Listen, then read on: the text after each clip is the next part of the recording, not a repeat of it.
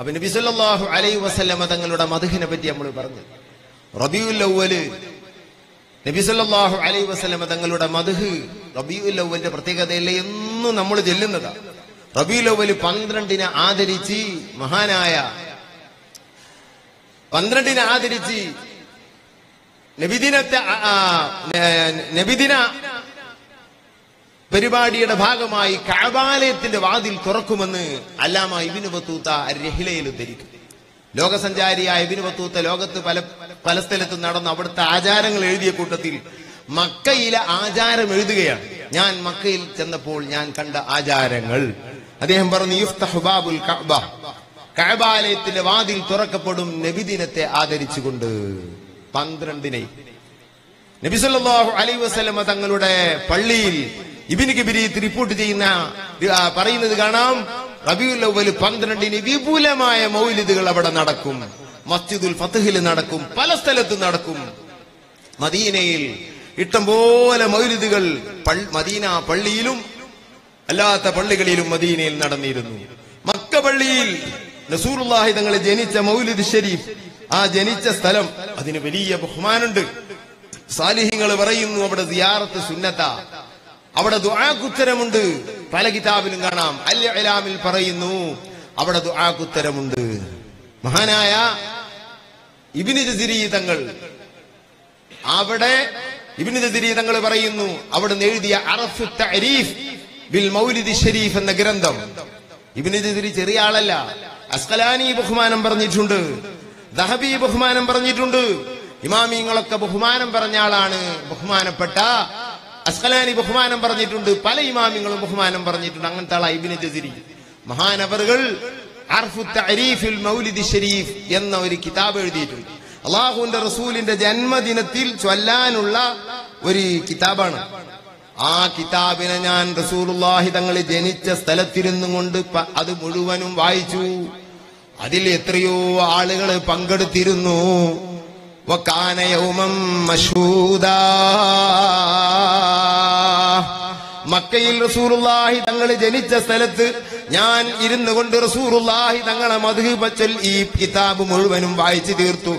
ആയിരങ്ങൾ അതിൽ പങ്കെടുത്തിരുന്നു. അത് വല്ലാത്തൊരു ദിവസമായിരുന്നു. സക്കരിയ അൻസാരി ചെയ്തു, ഇബ്നു ഹജർ ഹൈതമി ചെയ്തു.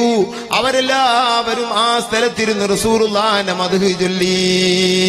അതുകൊണ്ട് തന്നെ കുണ്ടൂർ ഉസ്താദ് ഉംറ കഴിഞ്ഞാൽ ഉടനെ പോയിരുന്ന സ്ഥലം റസൂലുള്ളാഹി തങ്ങൾ ജനിച്ച സ്ഥലത്തേക്കായിരുന്നു. അല്ലാഹുവിന്റെ റസൂല് ജനിച്ച സ്ഥലത്ത് പോയി നിന്ന് ഞാൻ ഇന്നത് ചെയ്തത് കൊണ്ട് എനിക്ക് അതുകൊണ്ട് വലിയ ഫലങ്ങൾ ലഭിച്ചു എന്ന് പല അയിമ്മത്തും പറയുന്നു. അല്ലാഹുവിന്റെ റസൂലിന് അല്ലാഹു തആല ജനിക്കാൻ ഒരു സ്ഥലം തീരുമാനിച്ചെങ്കിൽ ആ സ്ഥലം വലിയ സ്ഥലമാണ്. മക്ക മദീന എന്ന 2 സ്ഥലങ്ങളുണ്ടല്ലോ. ഏതാണ് ഇതിൽ മഹത്തായതെന്ന്, ഏറ്റവും ശ്രേഷ്ഠമായതെന്നതിൽ തർക്കമുണ്ട്. 2-നും പവറുണ്ടെന്നതിൽ തർക്കമില്ല എന്ന് പവർ. അതിനെ പടച്ച കാലത്ത് 2-നും പവറുണ്ട്. അല്ലാഹുവിന്റെ റസൂല് ജനിക്കുന്ന മുമ്പ്, ഒരാൾ അങ്ങോട്ട് വരുന്ന മുമ്പ് അല്ലാഹു അത് പടച്ചു വെച്ചപ്പോൾ ഉള്ളതാണ് ഈ പറയുന്നത്. ഇതിൽ നിന്ന് ഏതാണ് അന്ന് മഹത്തായത്? ഭൂമി എന്ന നിലയ്ക്ക് ഇതിൽ നിന്ന് ഏതാണ് മഹത്തായത്? 2 അഭിപ്രായമുണ്ട്. ഇമാമുന ശാഫിഈ റളിയല്ലാഹു അൻഹു പറയുന്നു അത് മക്കയാണ്. ഇമാം മാലിക് തങ്ങൾ പറയുന്നു അത് മദീനയാണ്.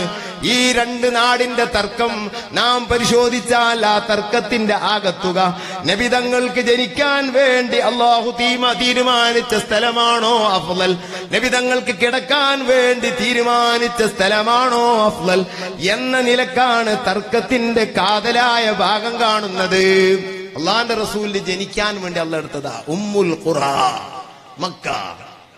ഉമ്മുൽ ഖുറാ അതിലേക്ക് ചേർത്തുകൊണ്ടാണ് റസൂലുള്ളാഹി തങ്ങളെ ഉമ്മിയ എന്ന് പറയുന്നതെന്ന് നല്ലൊരു വിഭാഗം പണ്ഡിതന്മാര് പറയുന്നു എന്ന് ഇമാം സയ്യൂത്തി അർ-റിയാദുൽ അനീഖ ഫി ശർഹി അസ്മാഇ ഖൈറിൽ ഖലീഖ എന്ന ഗ്രന്ഥത്തിൽ പറയുന്നത് കാണാം.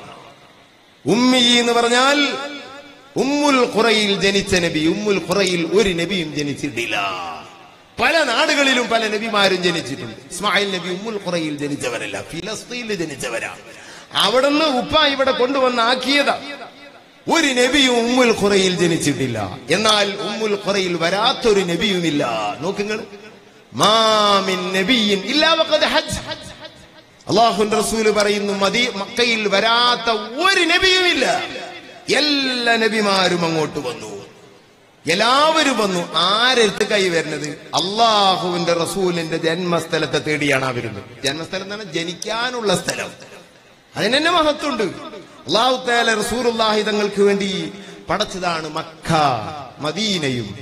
അത് രണ്ടും റസൂലുള്ളാഹിന്റെ നാടാണ്. മദീനയുടെ പേര് അദ്ദാർ, നബി തങ്ങളുടെ വീട് അല്ലെങ്കിൽ മുസ്ലിമിന്റെ വീട്.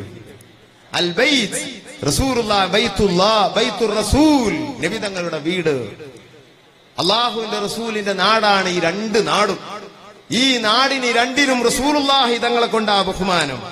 ഇനി റസൂലുള്ളാഹി തങ്ങൾ മക്കയിൽ നിൽക്കുമ്പോൾ മക്കയാണ് ഏറ്റവും മഹത്തായതെന്നിൽ ഒരാളടി തർക്കമില്ല. റസൂലുള്ള മദീനയിൽ നിൽക്കുമ്പോൾ മദീനയാണ് മഹത്തായതെന്നിൽ ആരുടെയും തർക്കമില്ല. തങ്ങൾ ഒരു സ്ഥലത്തുണ്ടെങ്കിൽ ആ സ്ഥലമാണ് ഏറ്റവും മഹത്തായത്. എന്നാൽ നബി തങ്ങളെ മറവ് ചെയ്യപ്പെട്ടപ്പോൾ ആ സ്ഥലം ലോകത്ത് കഅബാലയത്തേക്കാൾ അർശ് കുർസി കലമിനേക്കാൾ മഹത്തായതെന്നത് ബിൽ ഇജ്മാഇ എന്ന് ഇബ്നു ഹജൽ ഹൈതമി തങ്ങൾ ഈലാഹിന്റെ വിശദീകരണത്തിൽ പറയുന്നത് കാണാം. അപ്പൊ ഇപ്പത്തെ അവസ്ഥ റസൂലുള്ളാഹി തങ്ങൾ കിടക്കുന്ന ആ ഭാഗം മദീനയിൽ ഉണ്ടായതുകൊണ്ട് മദീനയാണ് ഏറ്റവും മഹത്തായത്. ലാ തുയിബാ യഅദീലു തുർബല്ലമ്മാ അഉമാഹു തുബാലി മുൻതശിഖിൻ മിൻഹു ആമുൽ തസീമി.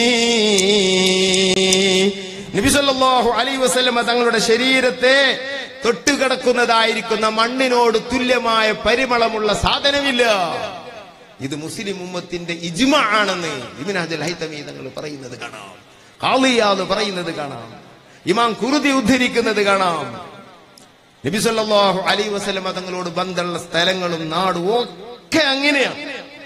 ഞാൻ പറഞ്ഞത് റസൂലുള്ളാഹിന്റെ മൗലിദ് നടക്കുന്ന സ്ഥലം, ബഹുമാനപ്പെട്ട നബി സല്ലല്ലാഹു അലൈഹി വസല്ലം തങ്ങളുടെ മൗലിദ് ജനിച്ച സ്ഥലം, അതിന് വലിയ പുണ്യമുണ്ട്. ആ സ്ഥലം മഹാന്മാരൊക്കെ അവിടെ ചെന്ന് അവരുടെ കാര്യങ്ങളൊക്കെ പറയുമായിരുന്നു. ഇബ്നു ജസീരി പറയുന്നു, എനിക്കതുകൊണ്ട് വലിയ അഥറുണ്ടായി. നമ്മളൊക്കെ മക്കത്തൊക്കെ പോകുമ്പോ മെയിനായി നമ്മുടെ മനസ്സിൽ വരേണ്ട അതൊക്കെയാണ്. അത് പെട്ടെന്ന് കണ്ട ഒരു സ്ഥലമായിട്ട് നമുക്ക് തോന്നാൻ പാടില്ല. അത് ആ കാണുന്ന ഭൂമി അത് അങ്ങനെ തന്നെ. പക്ഷെ ഇത് റസൂലുള്ള ജനിച്ച സ്ഥലമാണ് എന്നൊരു ഓർമ്മയിൽ നാം അങ്ങനെ ആയിരിക്കണം ആ സ്ഥലത്തെത്തേണ്ടത്. അല്ലാഹു തആല അവിടെ ഒക്കെ മനസ്സറിഞ്ഞെത്താൻ നമുക്ക് തൗഫീഖ് ചെയ്യുമാറാകട്ടെ.